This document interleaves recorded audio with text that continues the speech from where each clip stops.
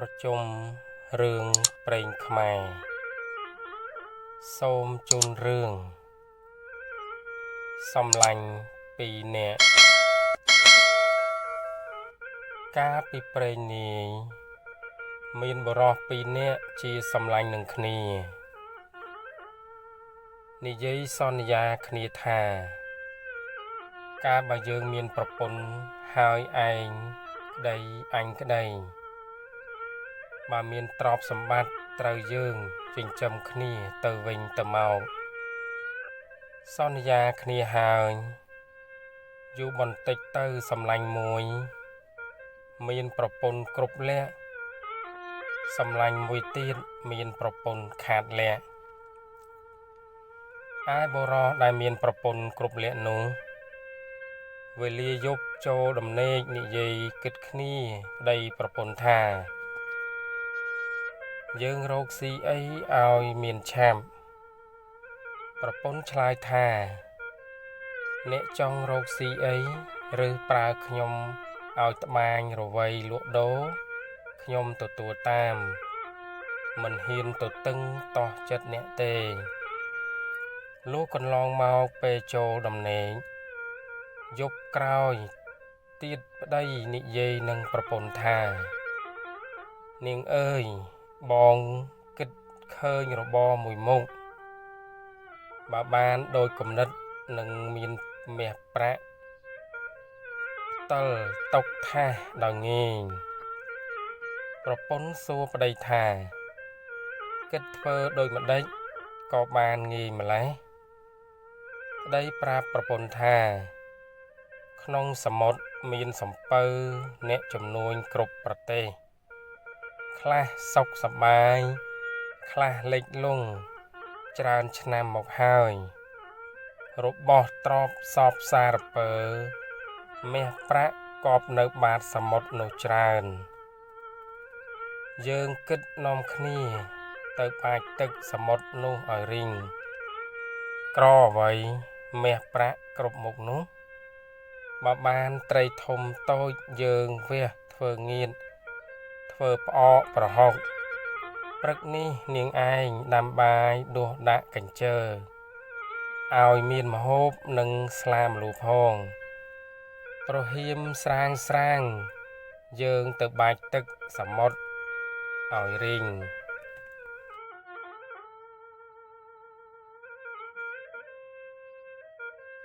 ប្រពន្ធលើប្តីប្រាប់ហើយក៏ធ្វើតាមបង្គាប់ប្តីលុះព្រឹកឡើងរៀបគ្រប់ប្រដាប់រួច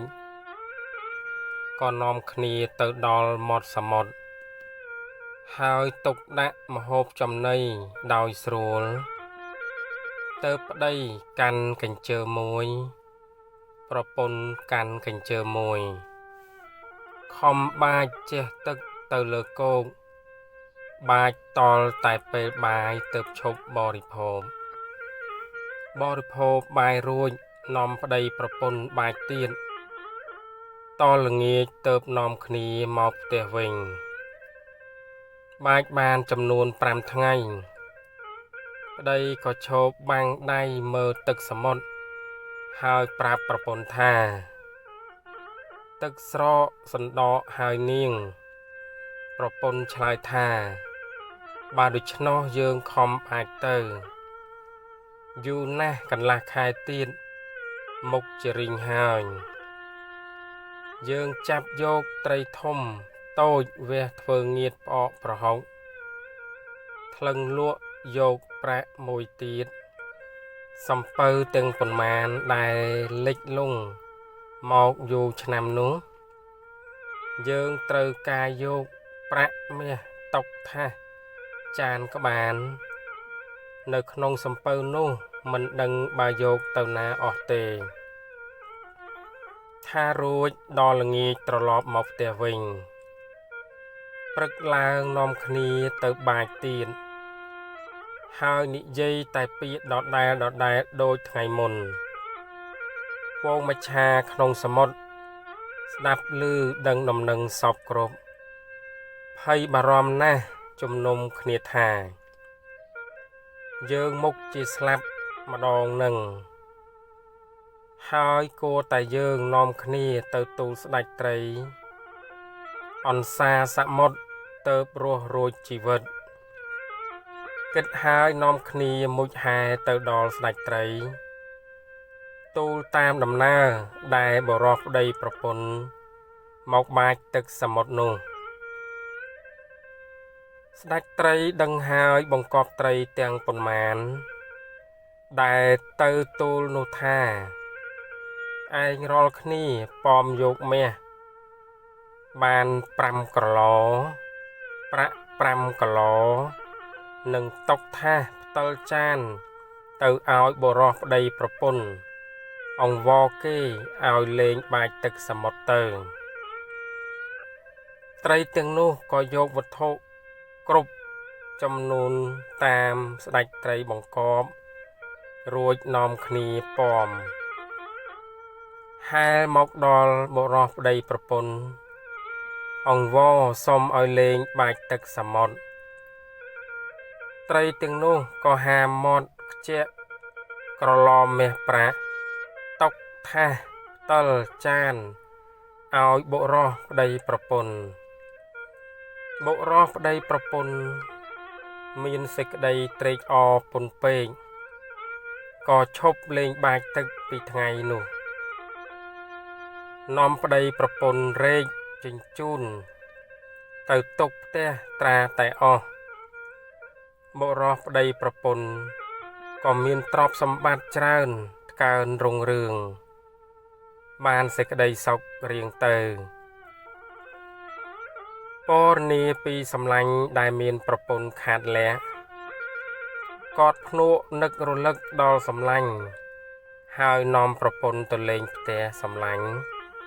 ដែលមានប្រពន្ធគ្រប់លក្ខលុះដល់លើផ្ទះ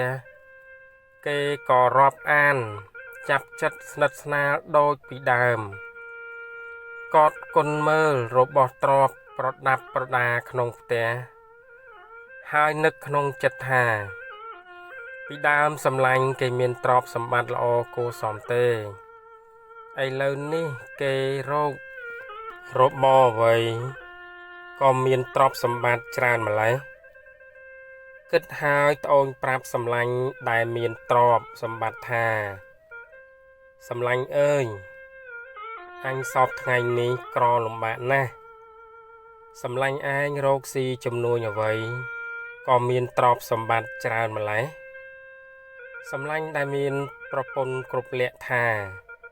សម្លាញ់អើយអញរកស៊ីបាចទឹកសមុទ្រតែ2នាក់និងប្រពន្ធអញពេលព្រឹកទីភ្លឺប្រពន្ធឡើងដាំបាយមានគ្រប់ប្រដាប់លុះភ្លឺឡើងនាំគ្នាទៅបាចទឹកសមុទ្រល្ងាចត្រឡប់មកផ្ទះវិញស្ដេចត្រីផិតភ័យបង្កប់ត្រីជាបរិវារឲ្យប៉មយកមាសប្រាក់និងរបស់គ្រប់មុខមកឲ្យអញឯសម្លាញ់ប្រពន្ធខាតលក្ខដឹងហើយក៏លាសម្លាញ់ដែលមានប្រពន្ធគ្រប់លក្ខគេក៏ឲ្យប្រាក់យកទៅចិញ្ចឹមជីវិតលុះត្រឡប់ទៅផ្ទះវិញពេលចូលដំណេកបុរសនោះនិយាយនឹងប្រពន្ធថាព្រឹកនេះបាយឯងដាំពីយប់រៀបប្រដាប់ឲ្យមានសព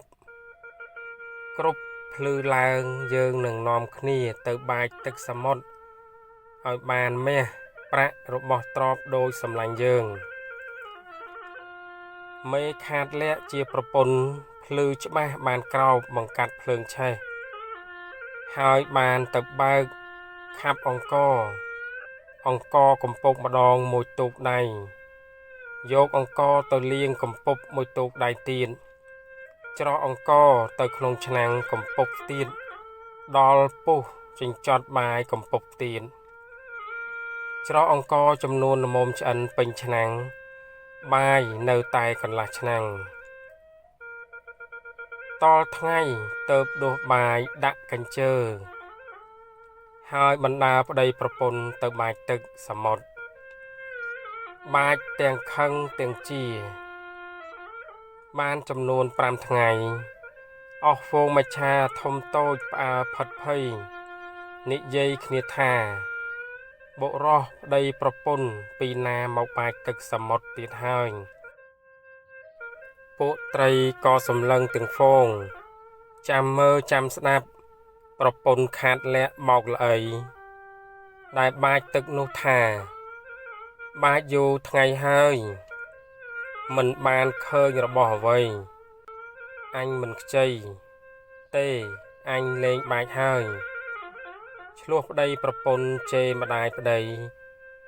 បញ្ចោលប្រពន្ធប្រកាច់ចំបាប់គ្នាប្រទាញថ្នាក់សម្ពុតគ្នាទៅវិញទៅមកតលតែអាក្រាតទាំងប្តីប្រពន្ធលិចគេខ្មាស់នៅមាត់សមុទ្រហើយអ្នកទាំងពីរអ្នកថាខ្ញុំគេក៏ខ្ញុំចោះលេងបាចហើយត្រីទាំងនោះឮថាលេងបាចក៏ត្រេកអរធូរចិត្តលេងសោកឲ្យមាសប្រាក់របស់ទាំងពួង